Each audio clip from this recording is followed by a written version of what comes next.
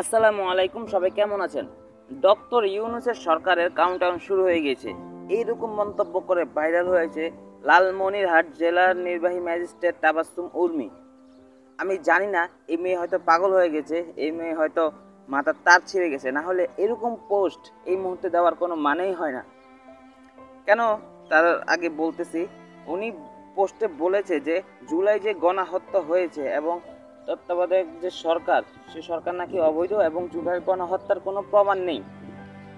জুলাইয়ের গণহত্যার নাকি কোনো প্রমাণ নেই। আপনারা জানেন হাজার হাজার ফুটেজ আছে কিভাবে গুলি করে মারা হয়েছে পাখির মতো। ১৫০০-এর উপর আমাদের শহীদ করা হয়েছে ছাত্রদেরকে। এরপরেও এই ম্যাজিস্ট্রেট বলতেছে যে আপনার জুলাই গণহত্যা হয়নি। এটা নিশ্চয়ই ফ্যাসিবাদীর দোসর, ফ্যাসিবাদ চলে গেছে দেশ থেকে। ফ্যাসিবাদীর দোসররা এখনো চিপায় চাপায় আনাচে কানাচে রয়ে গেছে।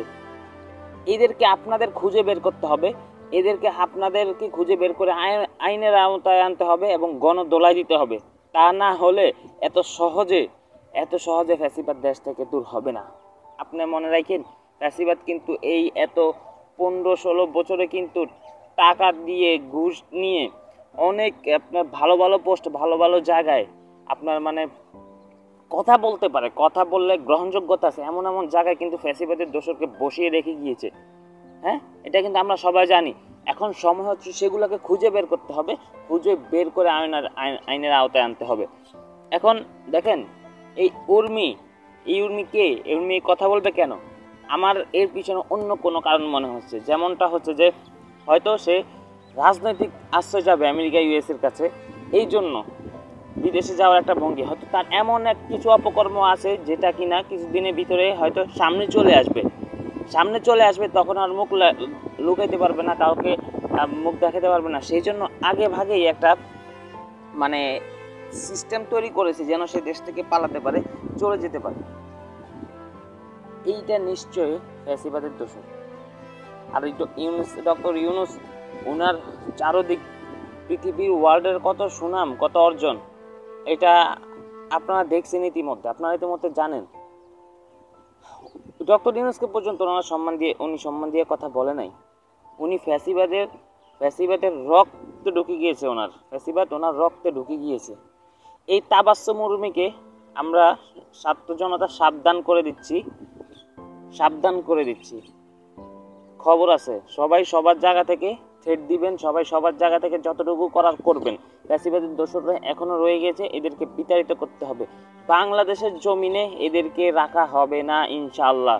শুধু আপনার চাকরি করলেই হবে না, এদেরকে আইনের আওতায় আনতে হবে। অবশ্যই এদেরকে আইনের আওতায় আনতে হবে। দেখেন, এরা পাগল হয়ে গিয়েছে, এরা পাগল হয়ে এখন এদিক ওদিক ছুটাছুটি করতেছে।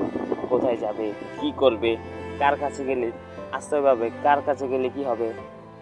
হাসু আপা কয়দিন পর পর হচ্ছে আপনার ফোন আলাপ ফাঁস করে। এই ফোন আলাপ আমরা এটাও করি না, ফোন আলাপ ফাঁস করে জনমনে ভয় ঢুকানোর জন্য। আমি কাউকে ছাড়বো না। এটা তুই ছাড়ার কে রে?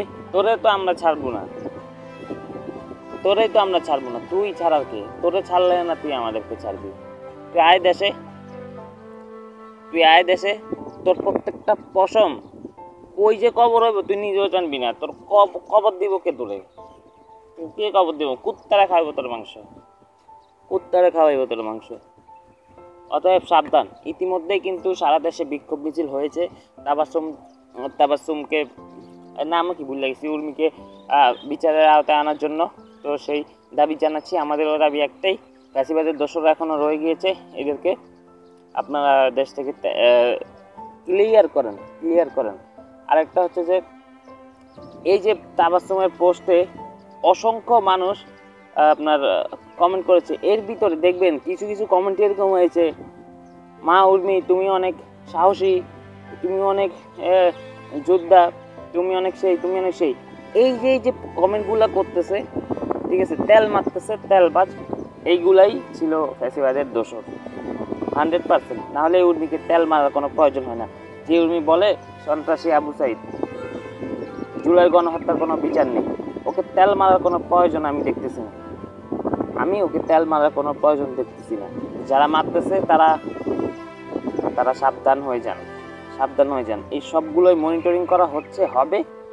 আপনাদের খবর আছে, যে যার জায়গা থেকে প্রতিবাদ করে তুলুন এবং এইসব দোষরকে সুযোগ দিবেন না আর।